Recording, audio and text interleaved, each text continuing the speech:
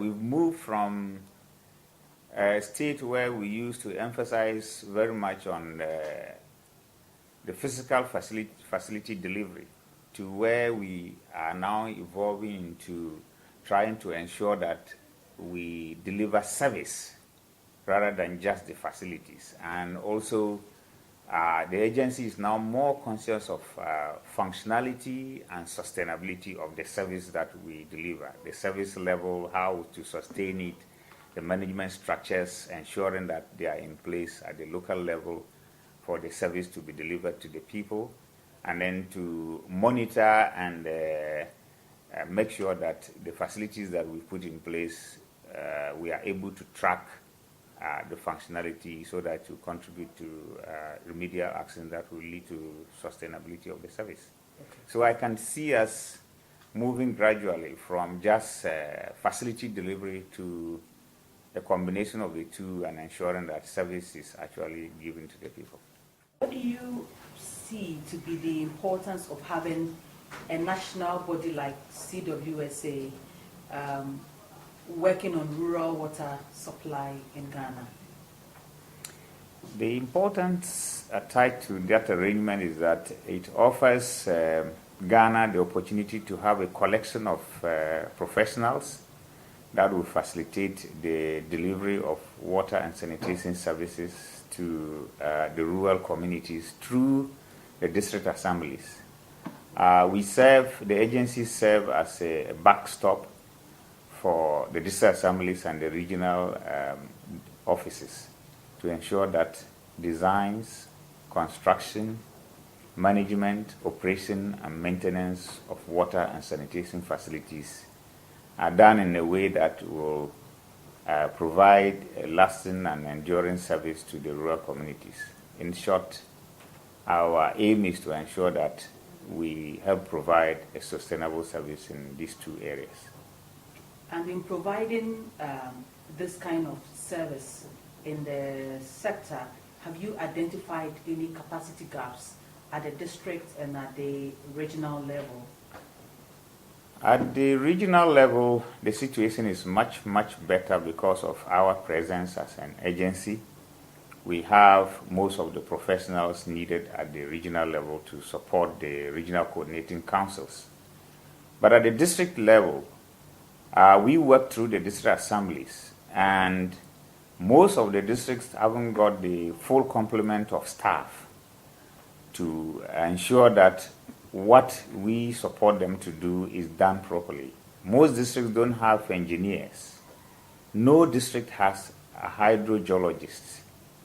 And when it comes to other stuff like accountants, even though the controller provides some accounts officers, there are not very many. And the sanitation part is even worse because we've had to rely on staff who are torn between pure environmental service, providing pure environmental services and community hygiene and sanitation services. So there are gaps in the districts, and that's why we try to get in there to support by providing our technical expertise and then training those officers who are at post in the districts to ensure that they perform better. Mr. Bugase, what would you say has been the added value of the CWSA'S and WashCost project to the engagement within CWSA and to the work that CWSA does? The agency traditionally was always looking at the facilitation of provision of physical facilities for water and sanitation. We were conscious of the other aspects of the service delivery, but we were not too much bothered about that. With the hosting of the CWSA'S project and the presence of the WashCost project, we've been able to have an insight into what it is that we need to do to ensure that service is delivered at a high level and sustained. Especially with the CWSA'S and the pilots we've done in the 3 districts, information has come up that has given us and other stakeholders an insight into what is happening when you concentrate on physical facility delivery as against looking holistically at the service delivery. That has given us much more support, and I will say it has added value to our activities as an agency.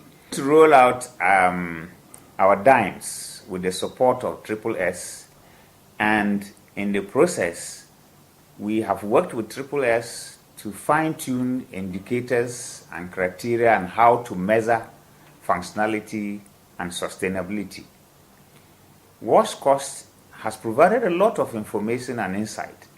So from now on, when we design facilities, the physical facilities, we're going to be mindful of the total cost of putting in place the facility and keeping it going.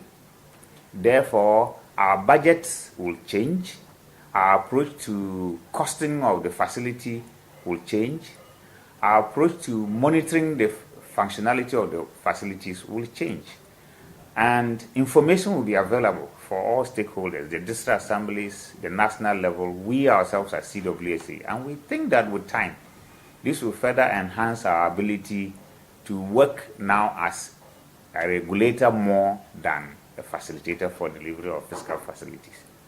In terms of your outlook for the future, 5 years down the line, what picture do you envisage will be the picture of CWSA as an agency for rural water supply in Ghana? I'll see CWSA more as a regulator now than an implementer of projects. And then I can see through our support to the District Assembly, I can see a picture where anywhere in Ghana you can click a button on your computer and you can see the systems that are in the district, those that are working, those that are not working. And you can access information from the database to know why some of them are not functioning and therefore be able to take remedial measures. So I can see a situation where functionality will improve. And the coverage that we have today will go up because many more of our systems will be delivering service at a higher level than they have been because of the dynamic monitoring system we are putting in place thanks to CWSA'S and WASH costs. And I hope that vision comes to reality.